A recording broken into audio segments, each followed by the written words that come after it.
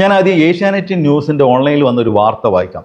വെറും 4 മാസം കൊണ്ട് 26,461.75 കോടി രൂപ കടം. സംസ്ഥാനത്തിന്റെ കടമെടുപ്പ് പരിധിയുടെ പാതിയോളം സാമ്പത്തിക പ്രതിസന്ധി തുടരുന്നു. ഈ വാർത്തയിൽ 3 കാര്യങ്ങളാണ് ഏഷ്യാനെറ്റ് പറയുന്നത്. ഒന്ന്, വെറും 4 മാസം കൊണ്ട് 26,461.75 കോടി രൂപ കടം എന്നാണ് ആദ്യ ഭാഗം. അതിലൊരു പിശകുണ്ടല്ലോ ഏഷ്യാനെറ്റ്. കാരണം സതീശൻ അധികാരത്തിലെത്തിയിട്ട് 4 മാസം ആയിട്ടില്ല. ഇടതുപക്ഷ സർക്കാർ ഇറങ്ങിയ കണക്കാണെങ്കിൽ ഏകദേശം ഓക്കെ. എന്നാൽ ഏഷ്യാനെറ്റ് ഈ വാർത്ത നൽകിയിരിക്കുന്നത് ഓഗസ്റ്റ് 17-നാണ്. സതീശൻ മുഖ്യമന്ത്രിയായത് മെയ് 18-നാണ്. എന്ന് വെച്ചാൽ ഏഷ്യാനെറ്റ് ഈ വാർത്ത നൽകുന്ന ദിവസം സതീശൻ മുഖ്യമന്ത്രിയായിട്ട് 3 മാസം തികയാൻ 1 ദിവസം കൂടി ബാക്കിയുണ്ട്. അപ്പോൾ 4 മാസം എന്ന് പറഞ്ഞത് തെറ്റാണ്.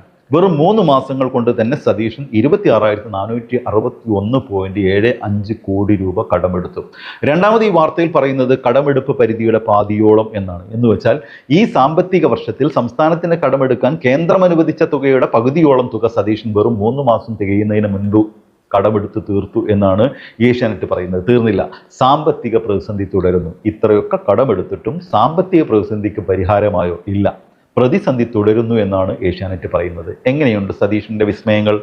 പ്രതിപക്ഷ നേതാവായിരുന്നപ്പോൾ പിണറായി സർക്കാരിനെതിരെ കടത്തിന്റെ പേരിൽ പച്ചക്കള്ളവും അവാസ്തവമായ കാര്യങ്ങളും നിരന്തരം പ്രചരിപ്പിച്ച സതീശൻ മാത്രമല്ല, കഴിഞ്ഞ ഇലക്ഷന്റെ കാലത്ത് സതീശന്റെ മികച്ച തള്ളുകളിൽ ഒന്നായിരുന്നു UDF അധികാരത്തിൽ വന്നാൽ ഈ കടമെടുപ്പ് പരിപാടികൾക്ക് പകരം ഖജനാവ് നിറക്കാൻ പുതിയ പദ്ധതികൾ ഞങ്ങളുടെ കയ്യിലുണ്ട്, അതിൽ പലതും പുറത്തു പറയില്ല, സസ്പെൻസ് ആണ് എന്നൊക്കെയായിരുന്നു. മാത്രമല്ല, പൂവറിയാതെ പൂവിൽ നിന്നും പണ്ട് തേൻ കുടിക്കുന്ന പോലെ ഞങ്ങൾ ഖജനാവ് നിറക്കും എന്നൊക്കെയായിരുന്നു മൂപ്പരുടെ യമണ്ടൻ തള്ള്. ആ തള്ളുകൾ അണ്ണാക്ക് തൊടാതെ വിഴുങ്ങിയ കൂട്ടരാണ് UDFനെ ജയിപ്പിച്ചത്. എന്നിട്ടോ അധികാരം കിട്ടിയപ്പോൾ സതീശന്റെ ഈ പൂവുമില്ല, വണ്ടുമില്ല, തേനുമില്ല, ഒന്നുമില്ല, ആകെയുള്ളത് കടം മാത്രം. വെറും 3 മാസം കൊണ്ട് തന്നെ സതീശൻ 26,461.75 കോടി രൂപ കടമെടുത്തു. ഈ തുകയുടെ വ്യാപ്തി മനസ്സിലാക്കാൻ ഞാനൊരു ചെറിയ സംഗതി പറയാം. ഈ തുക കേരളത്തിലെ മൊത്തം ജനങ്ങൾക്ക് വീതം വെച്ചാൽ എത്രയുണ്ടാവും നോക്കാം, ചുമ്മാ ഒരു കൗതുകത്തിന്.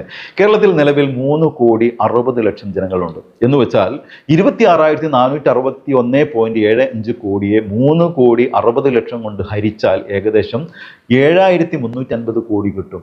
ശരാശരി ഒരു 5 പേരാണ് നമ്മുടെ കുടുംബങ്ങളിൽ ഉള്ളതെങ്കിൽ സതീശൻ മുഖ്യമന്ത്രിയായതിനു ശേഷം 3 മാസം തികയും മുമ്പേ ഏകദേശം 37,000 രൂപയോളം ഓരോ കുടുംബവും അഡീഷണൽ കടക്കാരായി എന്ന് ചുരുക്കം. ഇതൊക്കെ പറയുമ്പോൾ സതീശ ഭക്തർ പറയുന്ന ചില കാര്യങ്ങളുണ്ട്. ഏറ്റവും കൂടുതൽ കടമെടുത്തിട്ടുള്ളത് ഇടതുപക്ഷം ഭരിക്കുന്ന സമയത്താണ് എന്നൊക്കെ ആയിരിക്കും ആ തള്ള്. എങ്കിൽ നമുക്ക് ആ കണക്ക് കൂടി ഒന്ന് പരിശോധിക്കാം. കഴിഞ്ഞ 25 വർഷത്തെ കേരളത്തിലെ സർക്കാരുകൾ എടുത്ത കടത്തിന്റെ കണക്കും അതിന്റെ വർധന ശതമാന രീതിയിൽ നമുക്കൊന്ന് പരിശോധിക്കാം. നമ്മൾ 2001 മുതൽ 2026 വരെയുള്ള 25 വർഷത്തെ കാലയളവിലുള്ള സംസ്ഥാനത്തിന്റെ കടത്തിന്റെ തോത് എങ്ങനെ വർദ്ധിക്കുന്നു ഓരോ മുഖ്യമന്ത്രിമാരുടെ കാലഘട്ടത്തിൽ എന്നാണ് പരിശോധിക്കുന്നത്. 2001 സഖാവ് EK നായനാർ മുഖ്യമന്ത്രി സ്ഥാനം ഒഴിഞ്ഞ് പകരം AK ആന്റണി അധികാരത്തിൽ വരുമ്പോൾ 26,000 കോടി രൂപയായിരുന്നു സംസ്ഥാനത്തിന്റെ മൊത്തം കടം. അതിനുശേഷം AK ആന്റണി 2003 രാജിവെക്കുന്നു. പിന്നെ ഉമ്മൻചാണ്ടി അധികാരത്തിൽ വരുന്നു. അങ്ങനെ 5 വർഷം പൂർത്തീകരിച്ച് 2006 അവർ പടിയിറങ്ങി പോകുമ്പോൾ കേരളത്തിന്റെ കടം 45,000 കോടിയായി വർദ്ധിച്ചു. എന്ന് വെച്ചാൽ ശതമാന കണക്ക് നോക്കുകയാണെങ്കിൽ 73% കടം വർദ്ധിച്ചു. 45,000 കോടിയുള്ള സമയത്ത് 2006 VS അച്യുതാനന്ദൻ മുഖ്യമന്ത്രിയാവുന്നത്. VS അച്യുതാനന്ദന്റെ കാലം കഴിയുന്ന സമയത്ത് 2011 78,673 കോടി രൂപയായി കടം വർദ്ധിച്ചു. എന്ന് വെച്ചാൽ 75% കടം കൂടി. അതിൻ്റെ ഒരു പശ്ചാത്തലം കൂടി നമ്മൾ പരിശോധിക്കണം. AK ആന്റണിയുടെ കാലത്ത് ക്ഷേമ പെൻഷൻ 26 മാസം കുടിശ്ശികയായിരുന്നു. അതേപോലെ തന്നെ സർക്കാർ ഉദ്യോഗസ്ഥന്മാർക്ക് വരെ ശമ്പളം കിട്ടാത്ത അവസ്ഥ ഉണ്ടായിരുന്നു. ESMA പ്രയോഗിച്ചിരുന്നു. എസെൻഷ്യൽ കമ്മോഡിറ്റി ആക്ട് പ്രയോഗിച്ച സമയമാണ്. അന്ന് ജീവനക്കാർ അതിനെ കളിയാക്കി വിളിച്ചത് എലിസബത്തിന്റെ ശമ്പളം മതി ആന്റണിക്ക്. എലിസബത്ത് എന്ന് പറഞ്ഞാൽ ആന്റണിയുടെ ഭാര്യയുടെ പേരായിരുന്നു. അങ്ങനെ അതിനെ കളിയാക്കി വിളിച്ചിരുന്നു. ആ രീതിയിലുള്ള കടുത്ത തീരുമാനങ്ങളൊക്കെ എടുത്തിട്ട് പോലും അന്ന് സംസ്ഥാനത്തിന്റെ പൊതുകടം 73% വർദ്ധിച്ചു. എന്നാൽ ഇവയൊക്കെ കൊടുത്തു വീട്ടിയിട്ടും VS അച്യുതാനന്ദൻ ഭരിച്ച സമയത്ത് 75% കടമുയർന്നത്. എന്നാൽ 78,673 കോടി രൂപ കടമുണ്ടായിരുന്ന 2011 ഉമ്മൻചാണ്ടി അധികാരത്തിൽ വരുന്നു. ഉമ്മൻചാണ്ടി 2016 പടിയിറങ്ങി പോകുമ്പോൾ സംസ്ഥാനത്തിന്റെ കടം 1,57,370 കോടി രൂപയായി. എന്ന് വെച്ചാൽ ഇരട്ടിയായി കടം, 100%. ഉമ്മൻചാണ്ടിയുടെ കാലത്തെ ഭരണം ഓർത്താൽ നമുക്കറിയാം 18 മാസം ക്ഷേമ പെൻഷൻ കുടിശ്ശികയാണ്. 600 രൂപ ഉണ്ടായിരുന്നത് 18 മാസം വരെ കുടിശ്ശികയാക്കി വെച്ചു. ഒരുപാട് പദ്ധതികൾ വെട്ടിച്ചുരുക്കി. പ്രത്യേകിച്ച് ഈ ഭവന പദ്ധതികളുണ്ടല്ലോ, ആ സർക്കാരിന്റെ അവസാനത്തിൽ 2016 ഉമ്മൻചാണ്ടിയോട് കോടിയേരി ബാലകൃഷ്ണൻ ഒരു ചോദ്യം ചോദിക്കുന്നത്, സംസ്ഥാനത്ത് വിവിധ പദ്ധതികളിലൂടെ നടപ്പിലാക്കിയ മൊത്തം ഭവന പദ്ധതികളുടെ കണക്ക് ചോദിക്കുമ്പോൾ ഭവന പദ്ധതികളുടെ മാത്രമല്ല അറ്റകുറ്റപ്പണി നടത്തിയ പദ്ധതികളുടെ അടക്കം ഉൾപ്പെടുത്തിയിട്ട് പറഞ്ഞ ആ ലിസ്റ്റ് മുൻപ് ഞാൻ അതുമായി ബന്ധപ്പെട്ട് ആ നിയമസഭാ രേഖ വെച്ചിട്ട് ഒരു വീഡിയോ ചെയ്തിരുന്നു. അതിൽ 4000 ചില വീടുകളാണ് ഈ അറ്റകുറ്റപ്പണികൾ ചെയ്തതടക്കം കൂട്ടിയാൽ പോലും സംസ്ഥാനത്താകെ 5 വർഷം കൊണ്ട് ഉമ്മൻചാണ്ടി തീർത്തത്. എന്നാൽ അതിനുശേഷം ഈ 1,57,370 കോടി രൂപ കടമുള്ള സമയത്താണ് ഒന്നാം പിണറായി സർക്കാർ അധികാരത്തിൽ വരുന്നത് 2016. 2016 അധികാരത്തിൽ വന്ന് 2021 ഒന്നാം പിണറായി സർക്കാർ അധികാരത്തിൽ നിന്ന് പടിയിറങ്ങുമ്പോൾ 3 ലക്ഷമായി കടം ഉയർന്നു എന്ന് വെച്ചാൽ 90%. ഇവിടെയും നമ്മൾ ചില കാര്യങ്ങൾ ഓർക്കണം. 2016 മുതൽ 2021 വരെയുള്ള കാലഘട്ടത്തിലാണ് ഓക്കിയും നിപ്പയും കൊറോണയും 2 മഹാപ്രളയവും ഇതൊക്കെ നടന്നത്. ദുരന്തങ്ങളുടെ പെരുമഴക്കാലമായിരുന്നു. കേരളം അതുവരെ കാണാത്ത രീതിയിലുള്ള ചെലവ് വഹിക്കേണ്ട ഒരു കാലഘട്ടത്തിൽ പോലും 90% ഒതുക്കി കടത്തിന്റെ തോത് വർധനവ്.